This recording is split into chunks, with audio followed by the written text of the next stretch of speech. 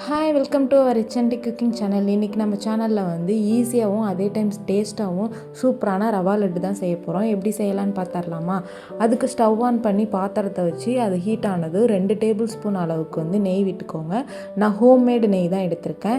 இது நல்லா காஞ்ச பிற்பாடு நம்ம முந்திரி பருப்பு தனியாகவும் திராட்சை தனியாகவும் வறுத்து எடுத்துக்கணும். ஃபஸ்ட்டு முந்திரி பருப்பை வந்து கோல்டன் கலர் வர வரைக்கும் நல்லா வறுத்து எடுத்துக்கோங்க. லோ ஃப்ளேமில் வச்சு வறுத்து எடுத்துக்கோங்க.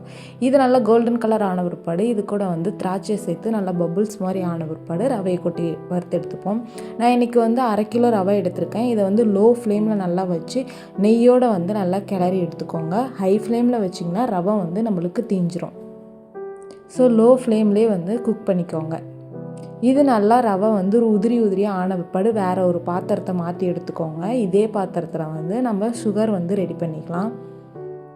நான் இன்றைக்கி வந்து 1/2 கிலோ சுகர் தான் எடுத்திருக்கேன். நம்ம 1/2 கிலோ ரவைக்கு 1/2 கிலோ சுகர் வந்து எடுத்துக்கோங்க.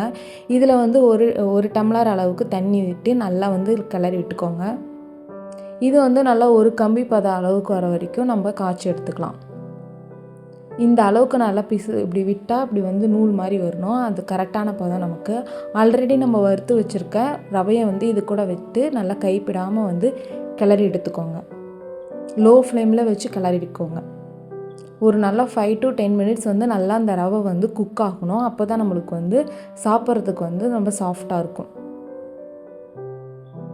இது கூடவே வந்து நீங்கள் ஏலக்காய் பவுட்ரு வந்து சேர்த்துக்கோங்க.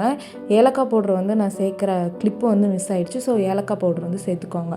இது நல்லா லோ ஃப்ளேமில் வச்சு நல்லா கிளறி விட்டுக்கோங்க. நம்ம எந்த அளவுக்கு குக் பண்ணுறோமோ அப்போ தான் நம்மளுக்கு வந்து லட்டு சாஃப்டாக வந்து நமக்கு கிடைக்கும். இந்த மாதிரி குக் பண்ணிகிட்டு இருக்கும் போதே நம்ம வந்து ரிமைனிங் இருக்க நெய்யை வந்து இது கூட சேர்த்து இதையும் நல்லா கிளறி விட்டு எடுத்துக்கோங்க.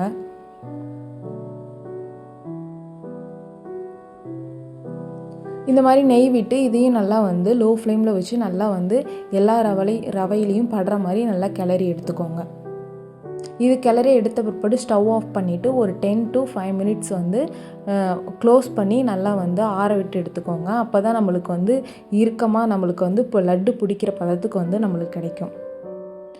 நம்மளுக்கு நான் வந்து 5 மினிட்ஸ் விட்டுக்கப்புறம் நல்லா வந்து செட் ஆகிடுச்சு. நம்மளுக்கு லட்டு பிடிக்கிற பதத்துக்கு வந்துருச்சு. இங்கே பாருங்கள், நம்ம ஃபஸ்ட்டு வைக்கும் போது ரொம்ப கொலன்னு இருந்த மாதிரி இருந்துச்சு. இப்போ வந்து லட்டு பிடிக்கிற அளவுக்கு வந்து ரொம்ப பதமாகிடுச்சு. உங்களுக்கு ரொம்ப ட்ரை ஆகிடுச்சுன்னா பால் வந்து நல்லா காய வச்சு இது கூட கொஞ்சம் கொஞ்சமாக ஆட் பண்ணி பிடிச்சிக்கோங்க. கை வந்து ரொம்ப சூடாக இருக்கும். நம்ம வந்து அது கூட கையில் வந்து நெய் அப்ளை பண்ணிட்டு நல்லா பிடிச்சிக்கோங்க. என்னால் பிடிக்கவே முடியல, ஹீட் வந்து அவ்வளோ சூடாக இருந்துச்சு.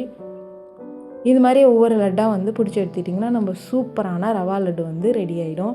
இதை வந்து நீங்கள் கடையில் தான் வாங்கணும் இல்லை, நம்ம வீட்டிலே ஒரு 5 மினிட்ஸில் செய்யக்கூடிய ரெசிபி இது.